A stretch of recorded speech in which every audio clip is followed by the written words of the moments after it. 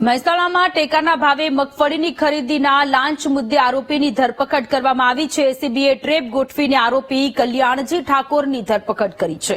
5,000ની લાંચ માંગતા 4,500 લાંચ સ્વીકારતા આરોપી પકડાઈ ગયો. ટેકાના ભાવે મગફળી ખરીદીમાં ખામી નહીં કાઢવા માટે લાંચ માંગી હતી. સતલાસણા એપીએમસીમાં મગફળીમાં નાણાંની માંગણી કરી મગફળી ખરીદનાર સહકારી મંડળીના માણસો લાંચ માંગતા હતા.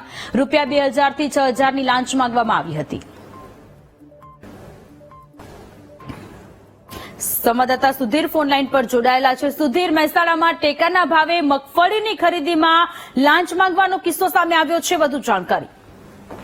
એસીબી દ્વારા ટેપ ગોઠવી આરોપીની ધરપકડ કરાઈ હતી. સતલાસણા એપીએમસી ગોડાઉન ખાતે ટેકાના ભાવે મગફળી ખરીદી હતી. મગફળીની ખરીદનાર સહકારી મંડળીના માણસો લાંચ માંગી હતી. કોઈ ખામી નહીં કાઢીને 2,000 થી 6,000ની લાંચ ખેડૂત વિભાગ મગફળી કમિશનર ખરીદવા માંગવામાં આવતી હતી. 5,000ની લાંચ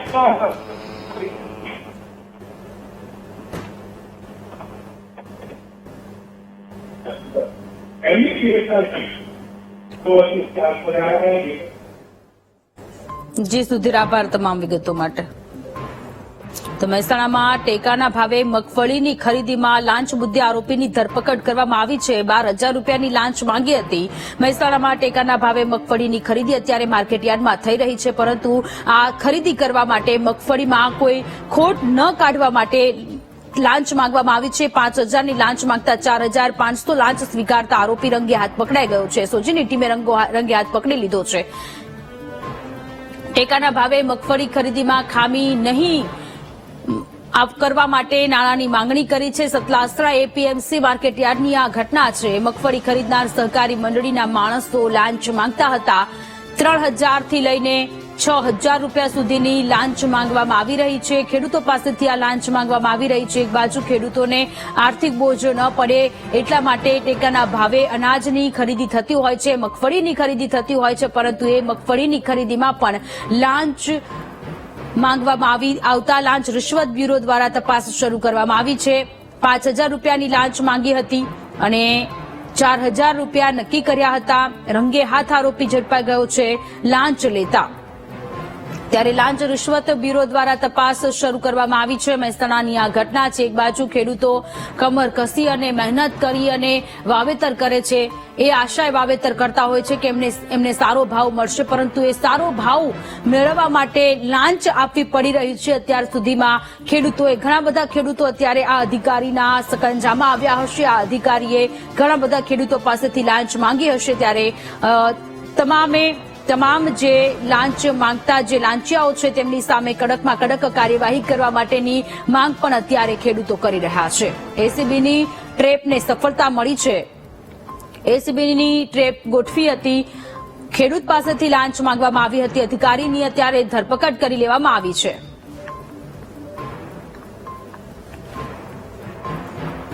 એપીએમસીના ક્લાર્ક રામજીભાઈ આપણી સાથે જોડાયેલા છે. રામજીભાઈ, વીટીવી ન્યૂઝમાં આપનું સ્વાગત છે. એક અધિકારી લાંચ માંગતા રંગે હાથ ઝડપાયો છે. એસીબીએ ધરપકડ કરી છે. 4,000 રૂપિયા સમથિંગની લાંચ માંગી હતી. સાચી વાત છે, પણ અધિકારી નહોતા, એ એક અલગ એજન્સીને આપેલું છે. એ એજન્સી હતી, એમાં એપીએમસી નો કોઈ રોલ નથી. પરંતુ એ એજન્સી સેન્ટ્રલ સરકારશ્રી દ્વારા અલગ એજન્સીને આપેલું છે. રામદેવ જૂથ સિંચાઈ મંડળી છે. એ જૂથ સિંચાઈ મંડળીના માણસો કામ કરતા હતા. પણ એ જવાબદારી કોની આવે છે? એપીએમસીની જ આવે ને. કોન્ટ્રાક્ટ બેઝ હેઠળ કામ કરતા કર્મચારીઓ કોના અંડરમાં કામ કરે? એપીએમસી ના નહીં, ગુજરાત સરકારની ડાયરેક્ટ આપે છે એમને. અચ્છા, તો એપીએમસીના જે અધિકારી છે એમણે લાંચ નથી માંગી? ના, એપીએમસી નો કોઈ કર્મચારી નહીં, પટાવાળાથી માંડીને અધિકારી સુધી કોઈ માણસ, કોઈ કર્મચારી નથી. કોન્ટ્રાક્ટ બેઝ પર જે કર્મચારી છે એને લાંચ માંગેલી છે, તો અન્ય કોન્ટ્રાક્ટ બેઝ પર કર્મચારીઓ છે એ પણ માંગતા હશે ને લાંચ? કોન્ટ્રાક્ટ બેઝ ઉપર પણ નહીં, એ અલગથી રામદેવ જૂથ સિંચાઈ મંડળી છે. એક કોઓપરેટિવ મંડળી, ગામમાં જે સેવા મંડળીઓ હોય ને એ પ્રકારની મંડળી છે. તો એ મંડળીને શું આ જવાબદારી સોંપવામાં આવે છે કે આવી રીતે મગફળીની ખામી આપવામાં આવી છે? એમને સરકાર દ્વારા એજન્સીને આપવામાં આવી છે. એમને ગુજરાત સરકારે ઇન્ડિયા એગ્રો કરીને ગાંધીનગરમાં એફપીઓ છે, એ એસપીઓને આપ્યું કે ભાઈ તમે આટલા જિલ્લાઓમાં કામ કરો, 5-6 જિલ્લાઓમાં, અને એ એફપીઓએ આવી કેટલીક મંડળીઓને માની લો કે ખેરાલુમાં પાંચાળ આપ્યું, સેવા સહકારી મંડળી, એમ સતલાસણામાં આ વાવડી જૂથ સિંચાઈ મંડળીને આપ્યું. એટલે અલગ એજન્સીઓ છે, એમાં એપીએમસી નો એક પણ રોલ નહીં. ક્યાંય અમારે કઈ લેવા દેવા નહીં, જોવા નહીં, કશું. તો એ જે મગફળી એ છે માણસો જ કામ કરતા હોય. રામજીભાઈ, મારો સવાલ એ છે કે જે મગફળી છે એની ક્વોલિટી ચેક કરવાની એ જવાબદારી કોની છે? એપીએમસી ની છે? નાફેડના માણસો આવતા હોય. તો એ લોકોની સામે શું કાર્યવાહી થવી જોઈએ? ખેડૂતોનું શું કહેવું છે? નાફેડના માણસો આવે અને વત્તા જે ઇન્ડિયા એગ્રો એફપીઓ છે ને, જે સ્ટેટ લેવલનો, એ આવે. રાજ્ય સરકારે એફપીઓ આપ્યું છે અને એટલે એફપીઓ નો એક માણસ પ્રતિનિધિ હોય અને એક નાફેડ નો હોય, કેન્દ્ર સરકારનો. એટલે કોન્ટ્રાક્ટ બેઝ ઉપર એ માણસો મૂકતા હોય છે. અને એ લોકો વજન ચેક કરવાનું, ભેજ ચેક કરવાનું, જે કંઈ હોય છે ને એના રૂલ્સ એ પ્રમાણે એ લોકો કામ કરતા હોય છે. તો એ બધું ચેક કર્યા પછી એ મગફળી તો એપીએમસી માં જ આવતી હશે ને, વેચાતી ના, હશે?